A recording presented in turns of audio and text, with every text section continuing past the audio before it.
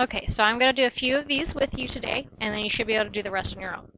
So number 1, the temperature of an oil as it cooks is described by the equation, where T is the temperature in degrees Celsius and little t is the time in minutes. Determine the temperature of the oil after 4 minutes. So remember, it's y equals AB to the power of x, where A is the initial value and B is how it's growing.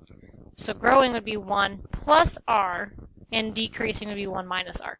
They already give you the equation, okay? They just want to know what is it after 4 minutes. So we have 189 times 0.73 to the power of 4 plus 45. So that's exactly what we're going to type in. So 189 times 0.73 to the power of 4 plus 45. And that is 98.67, which is close to what? 98.7. Okay, not too hard, not too hard. Flip your paper over. We're going to look at number 6. It's the same type of situation.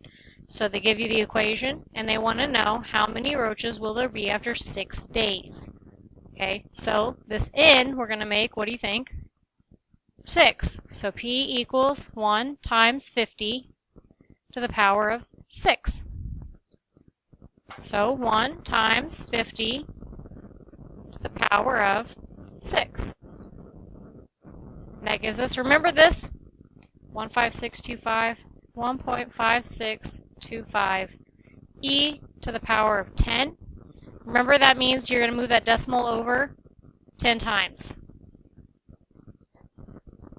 So 1, 2, 3, 4, 5, 6, 7, 8, 9, 10. So that'll give us 1, 5, 6, 2, 5, 1, 2, 3, 4, 5, 6. And that would be A.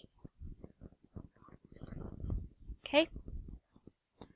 Then let's look at number 9. So number 9, we're actually going to be writing the equation. So the current population of Allentown, Texas, is 800 people. If the population is increasing at a rate of 3% each year, which equation could be used to determine the town's population y after x years?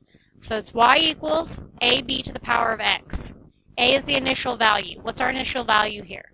The value we start with is that 800. And b is the rate it's growing. So if it's growing at 3%, to change it to a decimal, you move this over twice. So that's 0.03. Okay? Remember, if it's growing, it's 1 plus 0.03, which is 1.03.